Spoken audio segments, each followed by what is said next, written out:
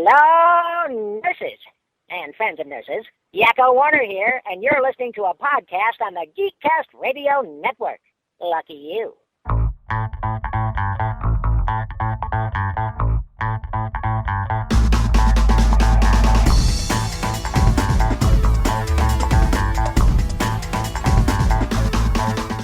Hello and welcome to episode 210 of the Cinema Geeks. I am one of your Cinema Geeks, Optimus Solo, and joining me today, as the usual, is the Comic Concierge, Dan. How are we doing today? I'm doing great. How about yourself? Doing good. We're back from a little bit of I had to do like a brief week hiatus here because I was out of the country and doing some work things, and it was a blur the last week, and then I have some family in town for 2 weeks, so was not able to rewatch the film that we're covering today in time, so I asked for an audible, and Dan was good enough to comply with that. So now we're back to continue our Alfred Hitchcock retrospective, I guess you could call it. We've covered a handful of his movies so far. I think we're right about the halfway point here with the 10 films we're going to be covering. And today we are moving on to probably one of his most well-known films, the 1954 mystery thriller Rear Window. So as we talked about briefly at the end of the last episode, we have both seen this one. This is one of two, I think, that we have both seen prior to this. But give me what your experience is with Rear Window. How long had it been since you'd watched it? How many times have you seen it? And kind of what was set the stage for going into this rewatch? It's been I would say about a decade or so since I watched over a decade since I last watched Rear Window. Oddly enough, I watched it the first time when I was recovering from surgery, and I had nothing, so I was just watching movies, and it was one that, I was trying to go through the best movies of all time, and of course this is on it. So yeah, it's been about 10 years or so since I've last seen it. So, I kind of remembered a good amount of it, but there's a lot that I didn't remember. So it was fun revisiting it because I definitely think I'm a different movie goer now than I was a decade ago. Yeah, I was interested to revisit this one as well. It's probably been even more than 10 years for me since I had seen this one. Amanda saw this one in either high school or college, and I actually had to I think in college, and they might have had to analyze it and do some so she remembered it like the back of her hand. But for myself, it had been, I want to say, closer to 15 years, maybe, if not 20. My mom and I, once upon a time, were trying to go through some of the AFI top 100 list just as a thing to do, and we had watched maybe, I don't know, I think we only got through 6 or 10 of the ones that were blind spots, but this was one of them. So I was very interested to revisit this one now, given the fact of how many movies you and I have both probably seen in the last decade, doing these podcasts and things of that nature.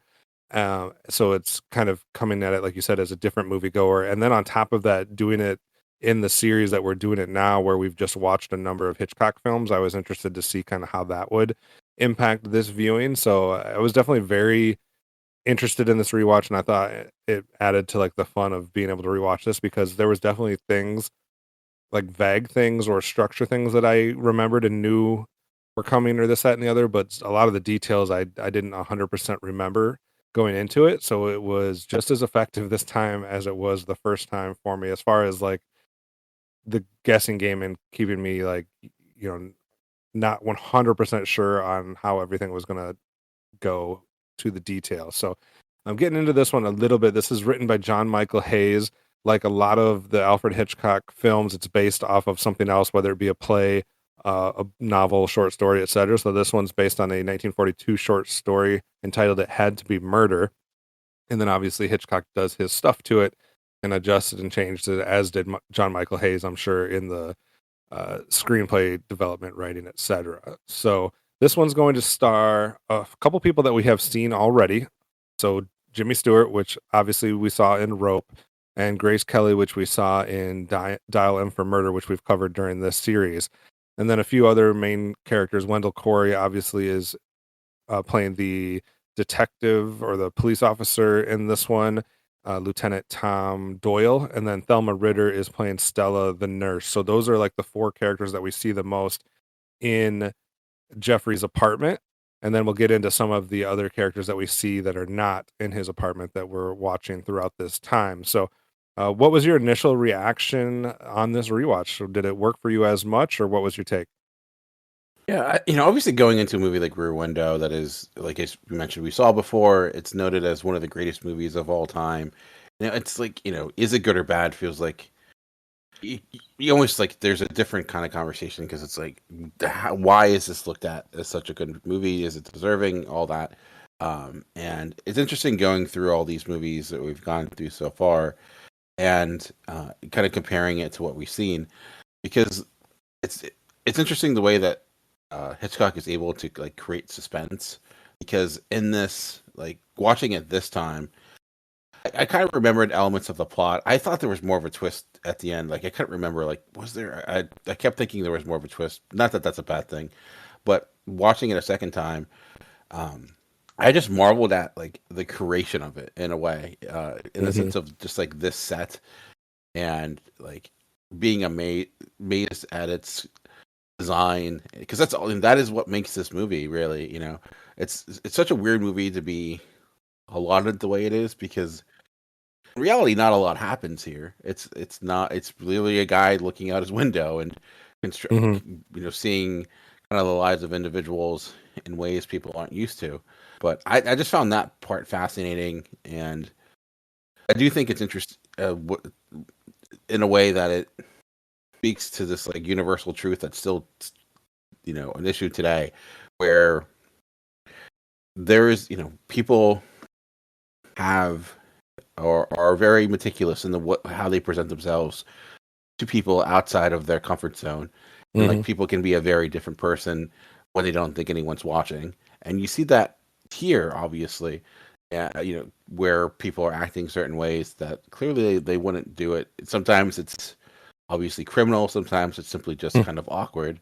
But I just thought, even all this time ago, all this time later, that, and then of course you do have the suspense part. Like that was like what I was least interested in. Not that I was that all these other movies that has been kind of the focal point, but I just found what it was saying, the creation of it, how even like all the music is within the set. Like there's no score here outside of what you hear the music playing besides the beginning of it. Like all the way it's all put together is so fascinating to me. And I think all that still maintains uh, all this time later. So I was floored by it. I probably all the movies we watched so far. I liked it the first time I saw it, but the second time, I think I saw for why it was and why it has been allotted far more seeing it again than they did the first time.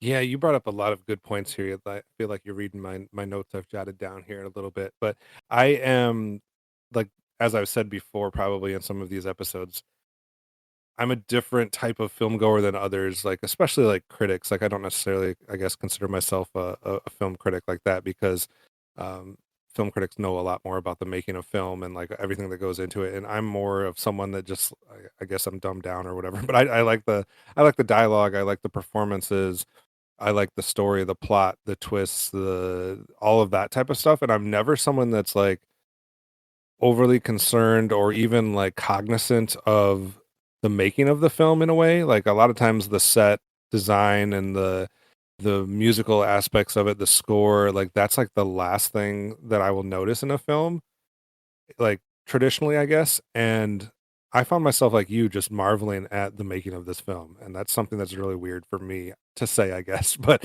like what you're talking about, like this set, the creation of it, and obviously there's been a lot written and there's been a lot of documentaries and specials and stuff about this film that you can go and find. I actually did watch this on a masterpiece collection, and it did have a couple of different bonus features that go into some of the making. And there's a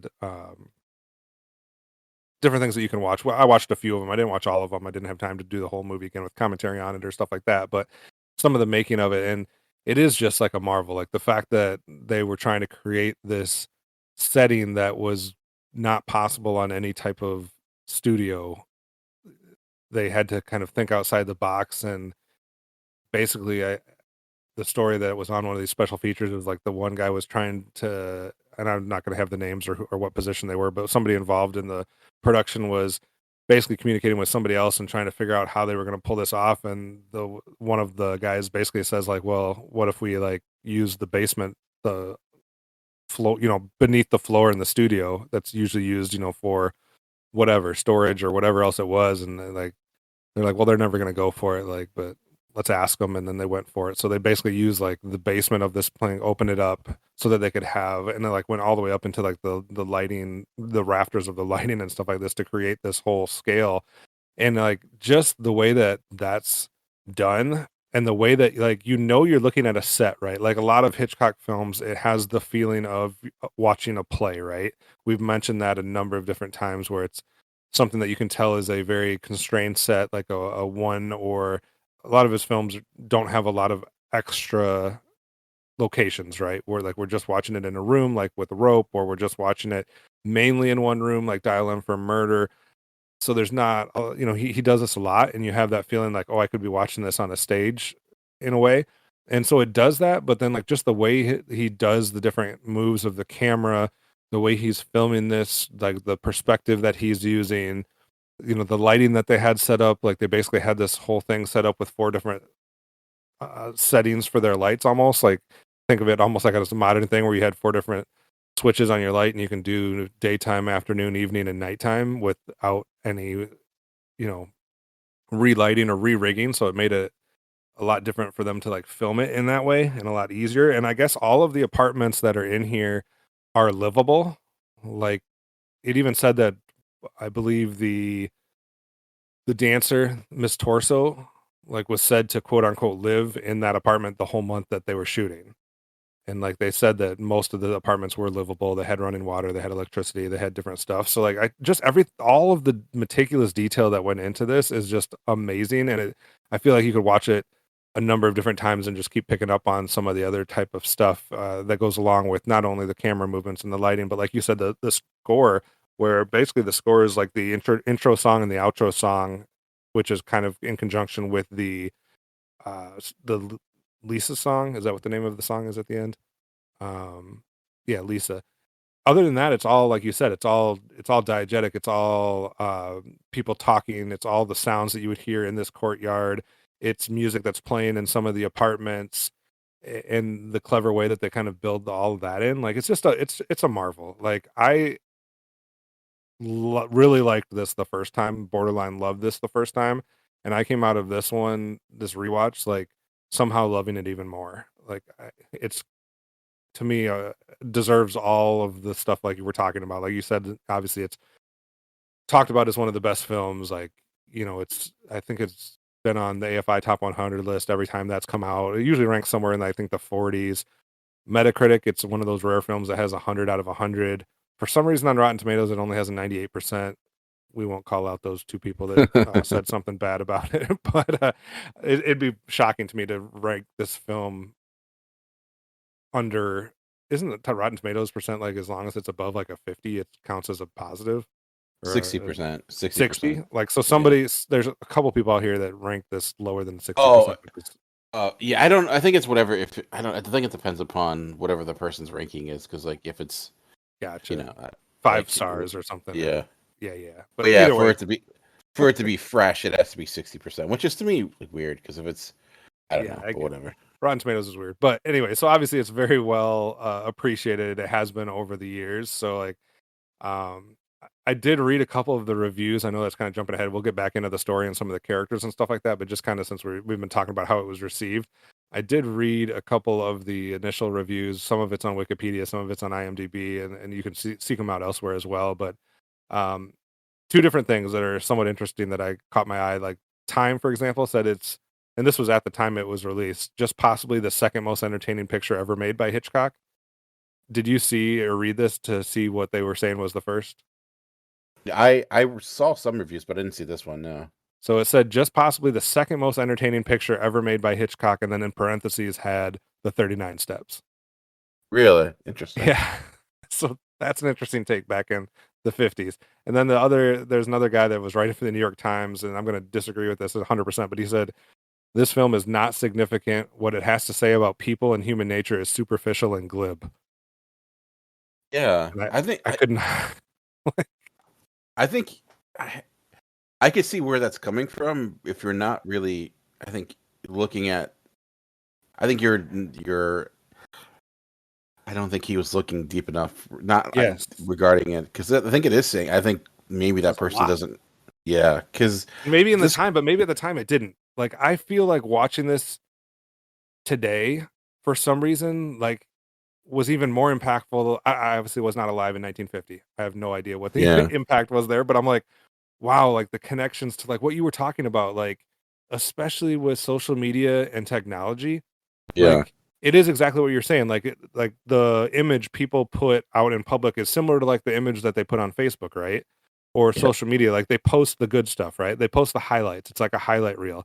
They're not posting the arguments they have.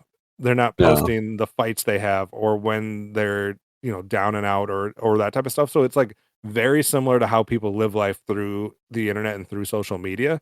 And then this is pulling back the curtain on that. But I think too, like the speech that the owner of the dog gives yeah.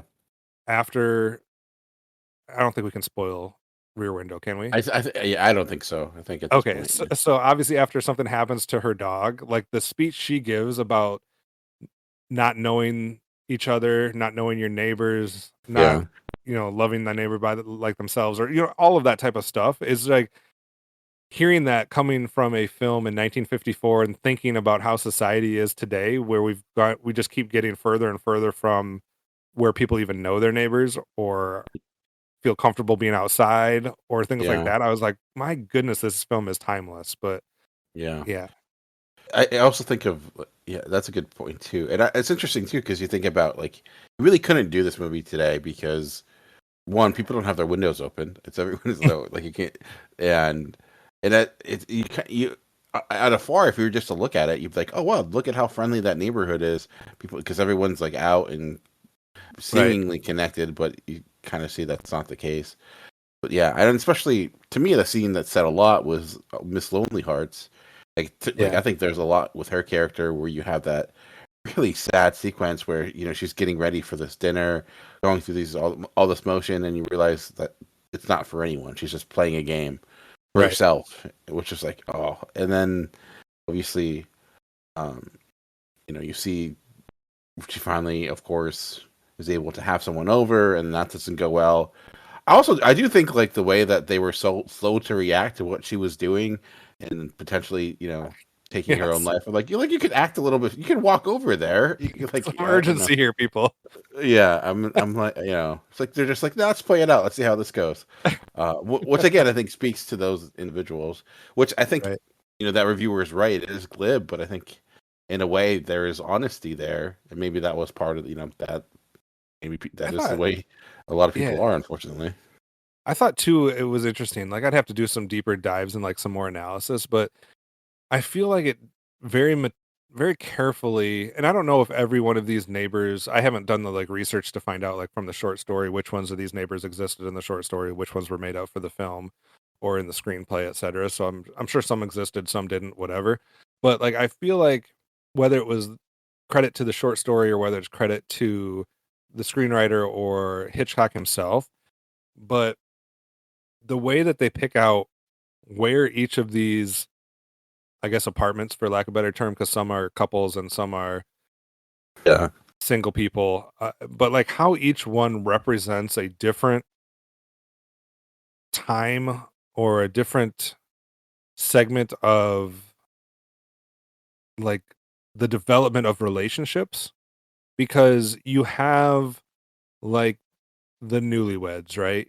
So you have that going. You have couple that is in that stage, not that all couples go through this, but you have a couple that's in a stage where they're obviously not getting along with each other for whatever the case may be, whether there's infidelity, whether there's nagging or arguments or stuff like that. Like you have that, right? You have like the bachelor that hasn't even met anybody yet, from what it seems like with the piano player and the musician, right? You have the Miss Lonely Heart who seems like she's probably already either never had that relationship or had a relationship that is no longer in existence whether it be through divorce or death or whatever. Like it seems like every one of these groups is like another part of this, like another stage of life. I feel like it's interesting how they all kind of it could almost be the same character in all of these things just at different moments in their life.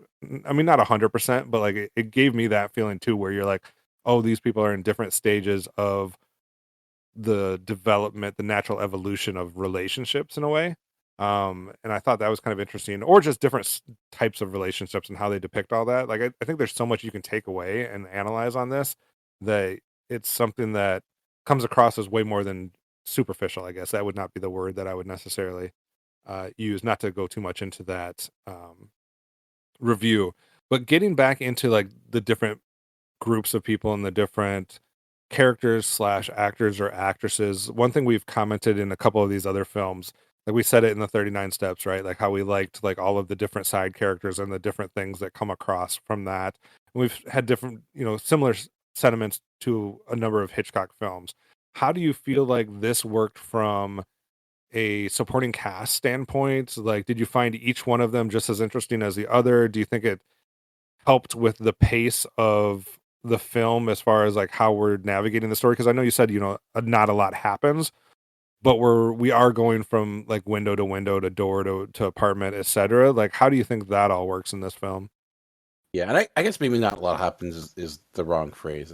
Not a lot of plot happens, a lot of things Right. happen, but I do like, this is obviously Jimmy Stewart's show for the most part. He's pretty much I think he's in every scene, or at least in some ways.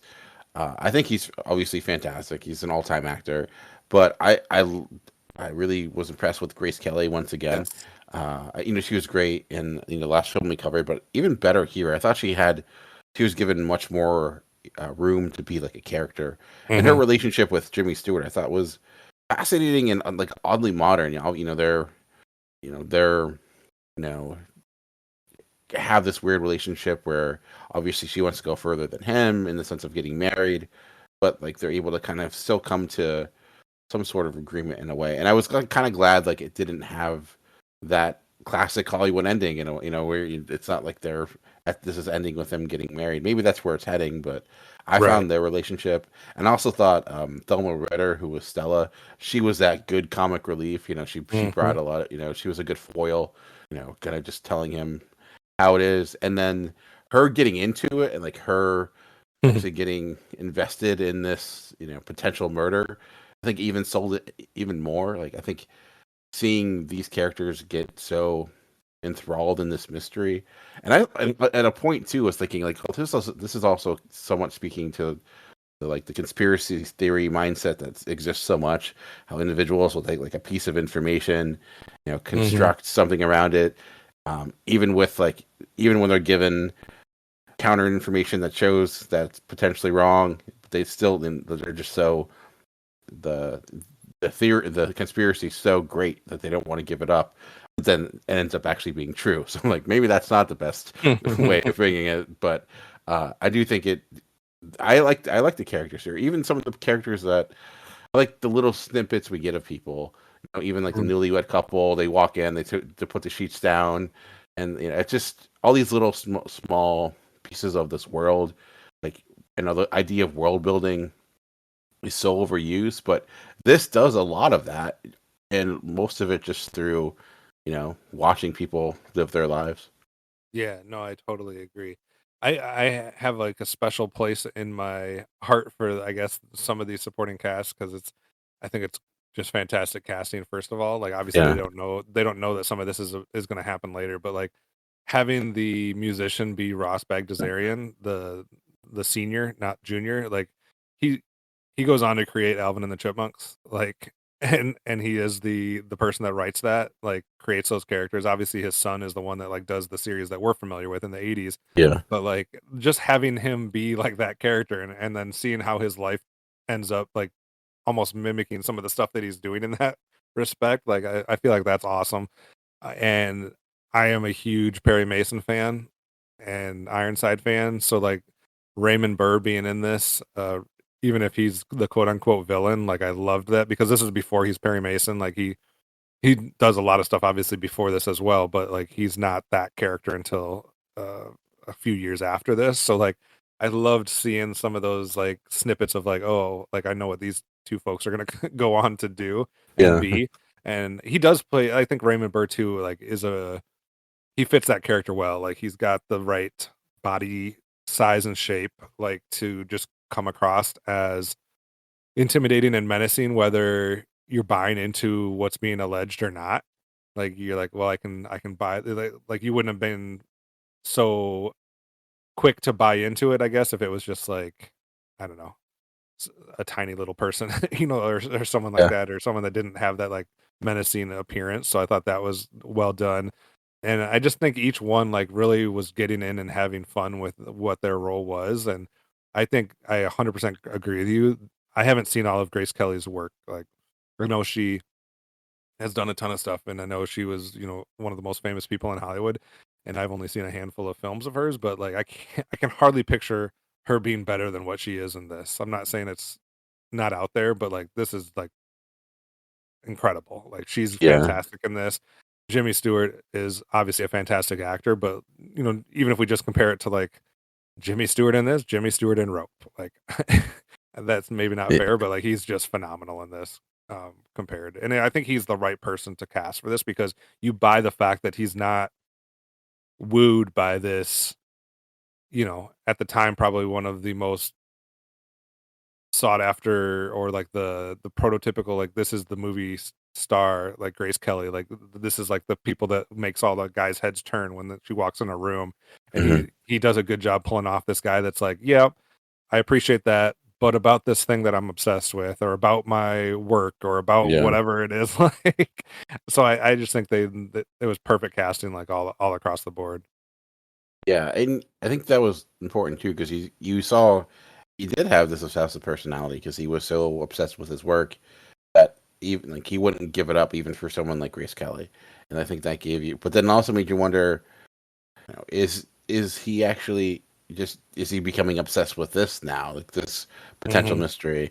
So and obviously obsession is a big piece of this, but But you see and him too. He gets super excited when he reels in. I don't remember which order it is, but he basically reels in Grace Kelly's Lisa character into being a part of this, right? Like at one point she buys yeah, it and she's like, I'm 100% on board. I'm helping you with this. I'm supporting you with this. And then he does the same thing with Stella, like you mentioned. So one at a time, or almost simultaneous, I guess. He gets both of them on board, and the close-ups that they show of him and some of the facial expressions that you see from him when he's not in it on his own anymore, and he's got one of these or two of these mhm, folks like in it, like he's just like a kid in a candy store, and it's kind of yeah, interesting to watch.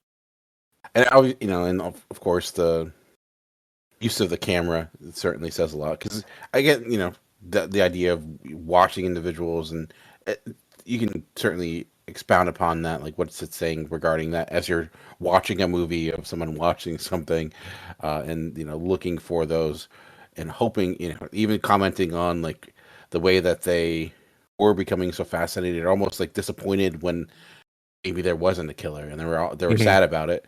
But then at the same time, you're watching a movie, and if there wasn't someone that was ended up being the killer, or there's some sort of murder mystery, would you also be disappointed? So I think I think Hitchcock certainly loves to play with the audience in a lot of different Right. ways, and this might be the most meta before meta was a thing, Right. way of kind of approaching it. Well, because the other way, like you said, like the way they're doing it, and I'll get into another thing you just said a second ago as well, but the way they're filming this, which is basically 100% from Jeffrey's apartment, Yeah. it puts the viewer, it forces the viewer to also be voyeuristic, right? Like Hmm. you are feeling everything that he's wanting you to feel because he's forced you to, whether you decide to or not, subconsciously or whatever, like you are doing everything that Jeffries is doing. You're watching everything that he's watching. You're getting invested in these different characters and wanting to know more about their stories, or trying to put two and two together with is this a murder or not. So it's like he's tricked you into being this character, which number one makes it harder for you to judge Jeffries Hmm. because you're doing it along with him. And number two, it just like from the suspense standpoint, like you're there because of how he's film this and without changing to another apartment or giving you other perspectives or point of views, like you have no choice almost but to like follow along. And the craziest thing for me is that I know we somewhat knew what was going to happen and probably had a little bit of a framework going into the rewatch. And this is not hyperbole because I hate it when people say this, and I don't find it always 100% truthful, but like I was like literally on edge watching this in the last third because I was trying to my hardest number one to remember because I'm like, why can't I remember everything that's about to happen? I know like this and this, but like how does it all come together? And like I was actually like literally 100% invested and like not on the edge of my seat necessarily because I was sitting in a bed, but but I was like very like tense. I was definitely tense and like wanting to see exactly how this resolved itself, even though I've already seen the movie. And I was like, wow, how did he do that to me? Like I've already seen this, and I was still like, I was feeling the suspense. So it worked for Yeah, me from that standpoint. definitely. Especially when they go over to uh, the room and at least she gets stuck. It Mhm. is because there's that helplessness of being so far away and just like, oh no, like there's that is so suspenseful. And part of me too was like, I was like, did he do it? Like I kept in my mind thinking there was an additional twist and it wasn't him, it was someone else. But I might be, clearly I was Yeah, just yeah. so I kept like That playing this game in my mind where like even though I watched it before, I kept questioning myself, which made it even more enjoyable, oddly enough. yeah. And the only thing I could remember is I know Raymond Burr goes over to Jeffrey's apartment. Like, I know Raymond Burr ends up in his apartment, and I was like, but I can't remember if he actually had done it or what he does when he gets there or how that all happens. And it's interesting how Hitchcock first of all, if Hitchcock would have made it so that there was no murder, that would have been the biggest twist in that he could have possibly pulled off because we know how much he loves murder and having it in all of his films. Like, that would have been, like, the Yeah. switcheroo of all switcheroos to have this whole thing and then be no murder. That would have flabbergasted me. But, like, there's a couple things that like just really build that suspense because one by one, number one, he takes all of the people out of Jeffrey's apartment right before Thorwald goes over there. So you have the suspense that now you have somebody that's hand crippled at the moment with his broken leg by himself in this apartment, and we know nothing in this movie like there's no doors that are locked basically. So so like that door somebody can just walk in. So you have that suspense of like I know he's there and he's helpless for the most part. You also have the fact that there's a very cool sequence where they show Lisa standing in the window on whatever level floor that is. I think that's the second floor. And then you have Miss Lonelyheart standing in the window on the bottom floor, Yeah. and they're almost in the exact same pose.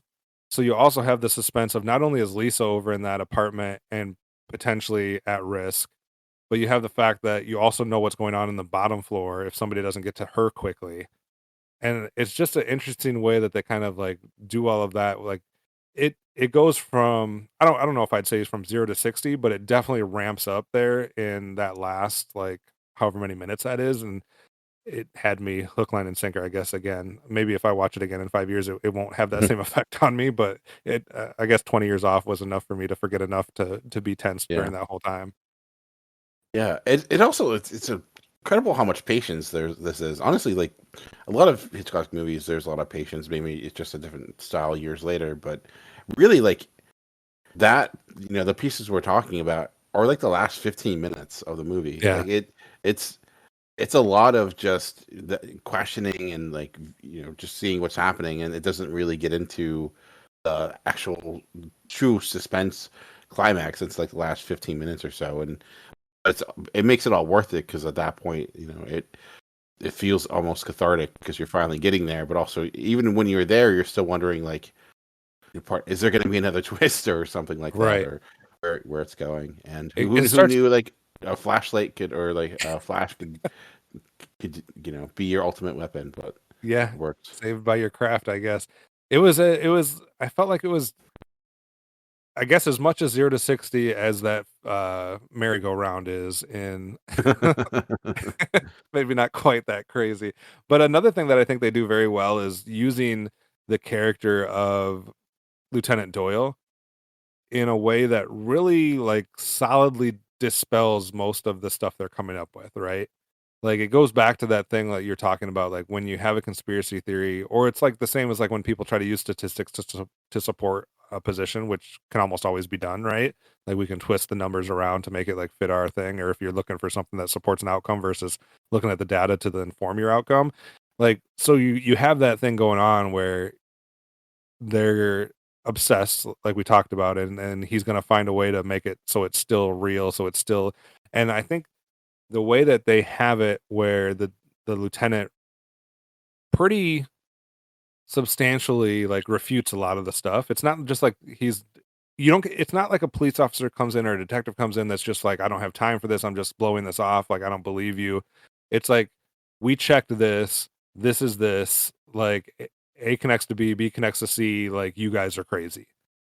And it's very believable the way that is written and the way that the dialogue is delivered and like how that all goes. Like it doesn't like I'm thinking of Dial M for Murder where the detective in that one you're questioning, even if there was even if he was playing like a longer game, I guess, like you're watching him and saying like, wait, what? Like how are you not seeing this, or why are you acting in this way? And in this situation it was like, he's got some points. Like I think y'all might be some crazy folks. Like, so I think that player or that character of the lieutenant is played very well in the storytelling of this and the plot development of this to like make you question not only Jimmy Stewart's character but like yourself too, and like what you were talking about. Is there really a murder? Is there really Yeah. something that we're gonna find out? Yeah, it wasn't a movie that made you mad because the police weren't doing their job. It's like he actually went above and beyond. Went Right. beyond, so. But it also, but then the way Jimmy Stewart's able to kind of pick it apart, but it does feel like it becomes more and more desperate, and the way Right. that back and forth works throughout, is really great. So Yeah, it's just I agree. And the way that they use I don't know. I guess there is some conveniences as far as like the phone calls and how fast everybody can get to the different people's apartments and whatnot. But like yeah. that was neither here nor there. I was interested though to ask you a couple things. So that I know for a fact, I haven't read the short story, but I know for a fact that they changed two things, and I'm interested in your take on it. So obviously, Grace Kelly's character does not exist in the short story. How much do you think that character and the performance adds to? Obviously, it adds a lot because we get to see Grace Kelly perform in a fantastic way. Like I get that. But from a story and a plot standpoint, how much do you think her character adds to this story versus the short story who doesn't have the love interest for Jeffries? I think it adds a lot. Like we mentioned, it shows just his obsessive nature because for many people, be like you have an opportunity to marry Grace Kelly, you do it. But for him, he's so enthralled with being a photographer and the life he can bring him and that excitement that it makes all the more sense that he'd be desperate to find it again when the issue presents itself. If that wasn't there, then it's like where it would feel like all that was happening in a bit of a like less inorganic way.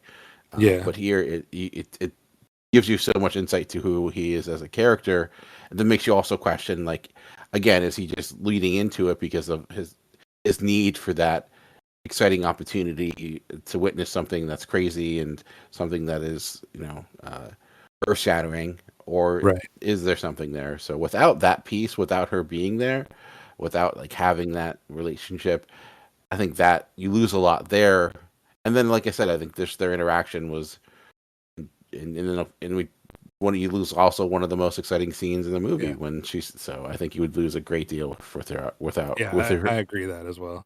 I think there is too like some analyzing where that's another facet of a relationship that's not represented by any of the people they're watching, where you have the two Yeah. people that clearly are interested in each other, but like whether it be their jobs or some type of something's holding them back, maybe the fear of commitment, maybe the I just don't want to give up my lifestyle and my job, but like that's something that we don't necessarily see from any of the couples that we're watching, that I can think of.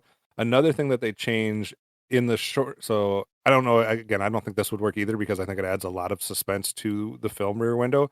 But in the short story, it's not revealed that Jeffries has a broken leg until the last line of the book or the Hmm. story. And I find that intriguing. Like I find it intriguing to be like, a wow moment at the end to like make you think back of everything that you've read, but I can't imagine it's as suspenseful if you know that he doesn't, you know what I mean? If you know that he has that broken Yeah. leg. I don't know how they deal with the sequence. I don't even know if there is a sequence where the guy comes over or any of that type of stuff, but I did find that an interesting thing that you wouldn't know about that until the end. I guess it could help justify something that you're wondering why he's just watching out the window for everybody, and like it Yeah. would have a different experience if you know that he's not laid up like that. But what do you think about that? I don't. Yeah. I guess I had to really obviously read the story to understand the context of what it was going for compared to this. Mhm. Maybe it was just going for something different, but I don't see how you could do that in in the movie at all. And I feel like if it was just revealed at the end, I think throughout the movie you'd just be more frustrated with him. Why you just like do something like like Right. why are so yeah I think you'd lose a lot without that piece. Yeah. But again, like it could be just that the short story was going for a different Might be, yeah, 100%. It might be something focus or different something like that. completely. Right. Yeah. So obviously we get some Hitchcock things in this film, right? We have the Hitchcock blonde and Grace Kelly. We have the use of the camera work, like we've said, like he likes to be very creative and how he constructs that and does that. We don't have any moms in this one, so there's nothing with that. We it's a different we don't have somebody that's guilty that we're following, or that's not guilty that's being accused of something, but we are still following something that someone that's trying to get away with something in a way. But I don't know if I've pulled as many of the, I guess, the Hitchcockian things that we're supposed to be seeing here and there in some of his films as much as I've seen in some of the other ones. Is there anything that you picked up on that you had a connective tissue to some of the other films we've watched? Well, you'll of course get his cameo, where Yes. he Yes. shows up, like fixing the clock. Which Yeah. I was watching this wondering, like, is he going to be able to, you know, get himself in the movie? And he does. Uh, and I think one thing we have seen in a couple of Rope and even Dial for Murder, which was a lot of movies that just take place in a limited location, maybe not Yes, just that's one true. room. And this, of course, it's obviously not just one room, but it is like one specific location. So I think that is something we're seeing. And then there's other movies that do that too that we're not covering, like Lifeboat. So I think that is like him controlling a location or using location to benefit the story is clearly something that he is like a master at. And this is probably the magnum opus when it comes to that feature. Yeah, and we've also seen, this is not necessarily what we were just talking about, but like I'm thinking of like the legacy of this film and like what it did for the future of cinema and like different things and how they would play with that and like and just from a story standpoint, like how many times has another movie tried to do this in a way? Yeah. Like they've done the voyeuristic like person like there was literally one just a year or two ago where the I'm blanking on it. I think it's Zoe Kravitz, isn't it? Maybe, or somebody where she's like, it's a little bit more futuristic, where technology plays a lot bigger thing and whatnot. But like where you're seeing somebody from across an apartment room or from Hmm. whatever, and there you see something bad. Like obviously you're going to see something bad happen, or you're suspecting something's bad happening, and like how do you do that? So like we see it over and over again in the film world, which is interesting. I don't know how many times it was done before this one, but obviously this one like seems like it's like the one that like set that trend off of like, hey, you can really build some auto like you have built-in suspense if you set it up with this type of like voyeuristic setting, I guess, which is interesting. I Yeah. don't know. Did any other films come to your mind that like are a take on this that you've recognized over the last 10, 20 years? There was that, was it Suburbia that Yeah.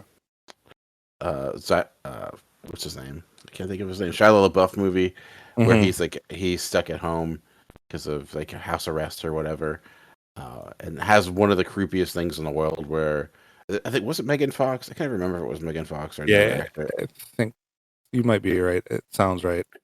But she like it says something that I've been staring and watching you, and she was like, Hmm. "That is the greatest thing ever." It's like that is a weird way, but honestly, the first thing my mind goes to is the Simpsons episode "Bark of Darkness."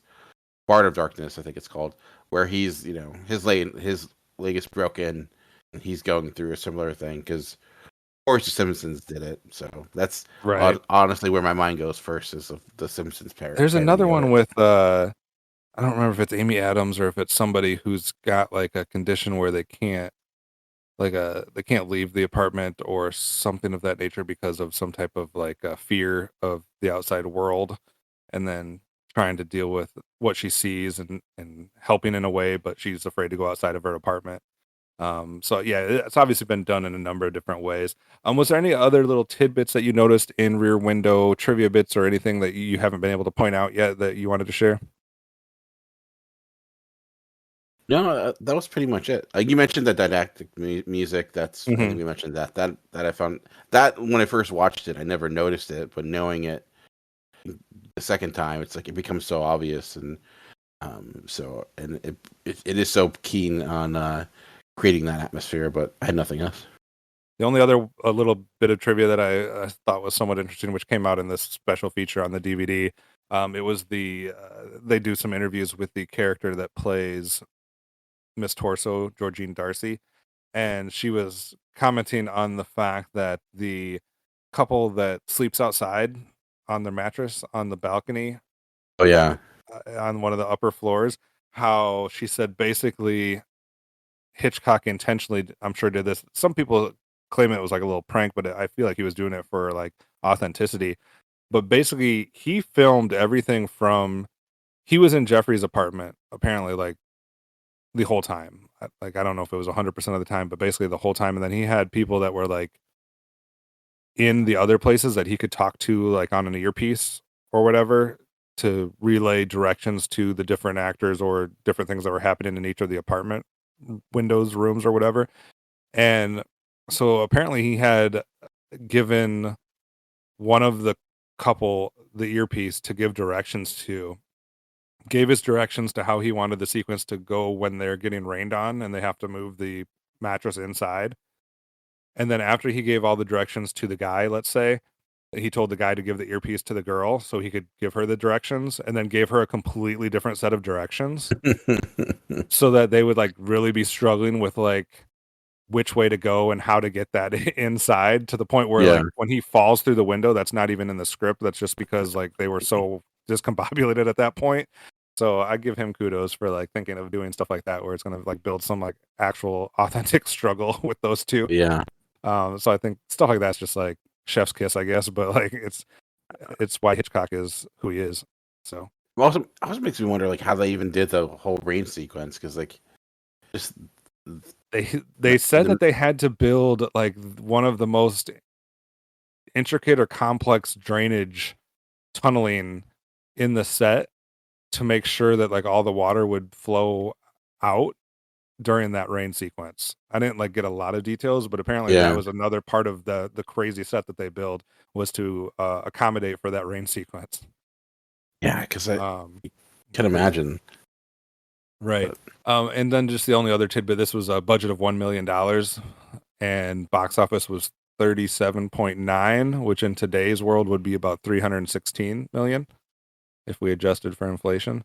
So I guess that would be quite the success when you make 38 times your budget. yeah, So yeah. go Hitchcock and go everybody involved in 1954. So any last words or final thoughts on Rear Window, Dan? I got nothing. I would say, if you're looking to watch one Hitchcock film, I think you couldn't go wrong with this. And always worry when you get a movie like this that's are you going to set up so many different expectations that it's going to just disappoint? And maybe it will for some, but I think, like I said, if we just look at it's just creation. It's hard to, just not agree just how amazing this is as a movie. Yeah, no, I agree. Like I came out of this appreciating it even more than I thought. I'm hoping that's going to be the same for our next episode, where we're going to go 4 years later into 1958, where we're going to talk about one of the other most lauded and appreciated Hitchcock films, which is, of course, Vertigo. And also we'll see Jimmy Stewart one more time. So just before we close, Dan, I know you've seen Vertigo before. How long has it been, and what are you looking forward to with this rewatch? It was less than that. I think it was like 8 or so years ago. And to be honest, I remember when I watched it the first time.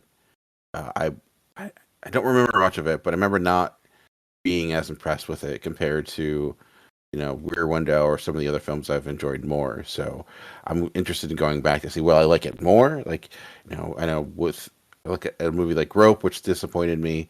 Will Vertigo, because I think a lot of people put Vertigo above Rear Window, above North by Northwest.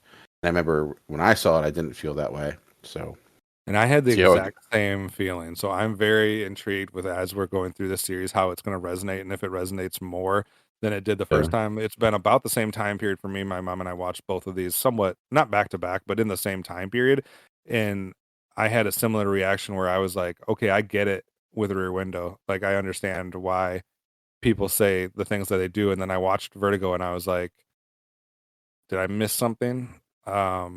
Not that yeah, it's bad in any way, but I was like, to me, it was clear that Rear Window was the better film for me personally when I watched it the yeah. first time, and I'm interested to see if that holds true or if Vertigo will surprise me and jump up on my list here after the rewatch. Yeah, and I hate heights too, so I'm like, it's got me that way. So see how There it we goes go. the second time. All right. So that does it for this episode of the Cinema Geeks. You can keep in touch with us and keep tabs on what we're doing by following all of the different social media. If you want to follow Dan, you can search out the Comic Concierge on all social media platforms. Basically, I think you're on just about all of them, Dan. There may be one missing, but you Yeah, I can. don't. I'm not on. What is that one? Tumblr. I'm not there. If that's still a Okay. thing. So No Tumblr, but if you no yeah. no MySpace, but if you're on any of the other ones, you can find the Comic Concierge there and all of his comic content. You can find me by searching out the Geek Showcase on YouTube or Optimus Solo on the social media platforms, and then you can search out the show. Obviously, that is the Cinema Geeks or our home, the Geekcast Radio Network. You can go to the website or follow all of their social handles as well. So that does it for this episode of the Cinema Geeks. Tune in next time for another chance to listen to us talk more about Hitchcock with the classic Vertigo.